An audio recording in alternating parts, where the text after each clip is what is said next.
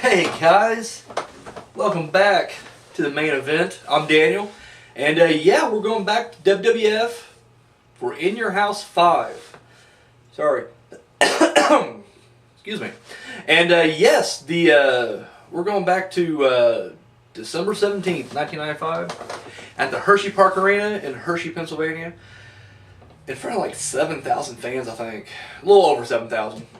Anyways, the main event, world title match. British Bulldog with Jim Cornette and Diana Smith in his corner, going up against Bret Hitman Hart. So yes, it was already announced. Well, it wasn't announced after the last pay-per-view. It was after that, where Bulldog kind of threatened to sue because he was like, you know, I beat the world champion, which was Diesel at the time, at In Your House 4. He's like, I already beat him. He knows by DQ. He's like, technically, I'm still number one contender. So after Bret got his title match with Diesel and won, they hooked this match up right here. So we get a rematch, if you will, from SummerSlam '92.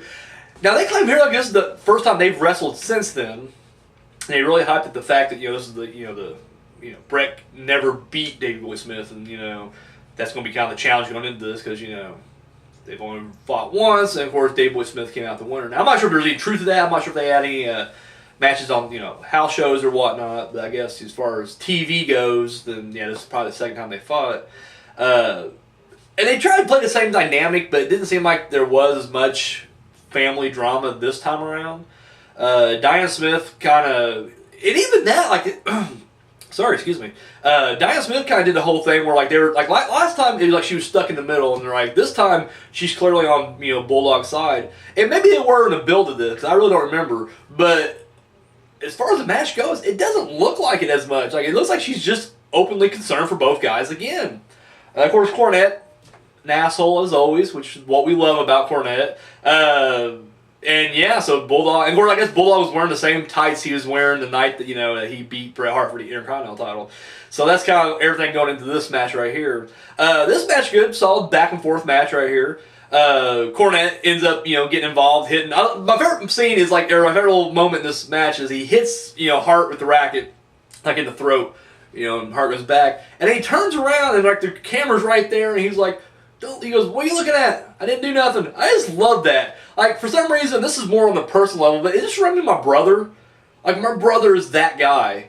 Like, you catch him doing something, and he just goes completely to just denying it. Like, forget, trying to be like, well, what'd you see?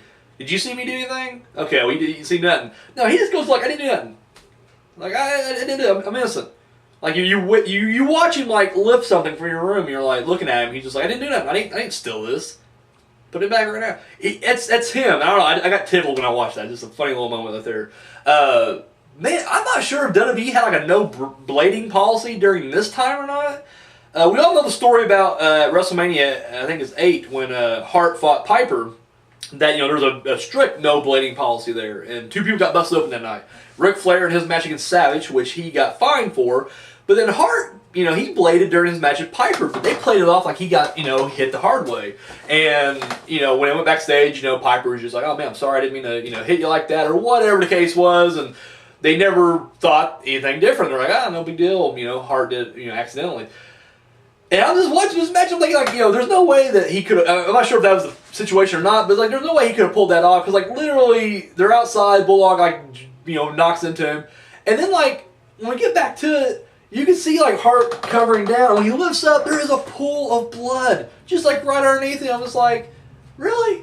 Are we supposed to buy it? I don't even know what the hell the move was that gave him that. Literally, I'm just like, I don't know. I don't know how he got that, but either way, Crimson Mask, he does it like this big time hardcore blood. Davey Boy Smith takes over for a little bit here. They end up doing the little inside cradle or whatever it was that they, he pins him with that SummerSlam, but Hart kicks out. However, Hart rolls him over. 1, 2, 3. Just as simple as that. Literally a decent match. And it, once again, just kind of ended with a simple little roll-up or whatever for the finish. Hart wins. Keeps the world title. After the match, Davey Boy Smith walks away disappointed. And, of course, Diana and Jim Cornette's right there with him. So, and Hart wins. Hart moves on. Keeps his championship. Yeah, and that was pretty much that was it. There wasn't really a whole lot beyond that. During the match, they announced that Undertaker was getting a shot next. So the winner of this will be facing Undertaker at Royal Rumble 96, which will now be Bret Hart. And that's kind of where we go from there. Yeah, what I'm with this match, I liked it. I mean, it wasn't nowhere as good as their SummerSlam match. But at the same time, it wasn't bad either. And that's the thing, I don't hear much about this match at all. Like, no one talks about this match, and it's kind of odd. It wasn't a bad match. I mean, it's not the best, but it's not bad either. And, yeah, no, just like I said, it's just kind of odd that no one really talks about it. But I thought, for what it was pretty good. Like I said, you get to see Hart get some really good color in this. Like I said, as soon as camera pans back to him, there's a pool. I'm not making that up. There's a pool of blood underneath his face. I was like, holy shit.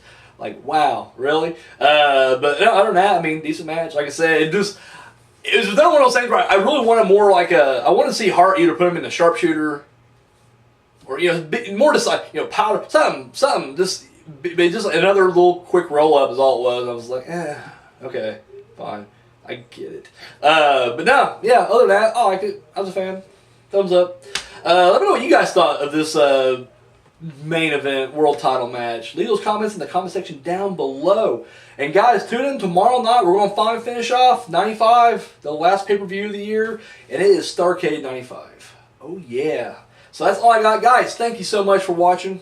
Until next time.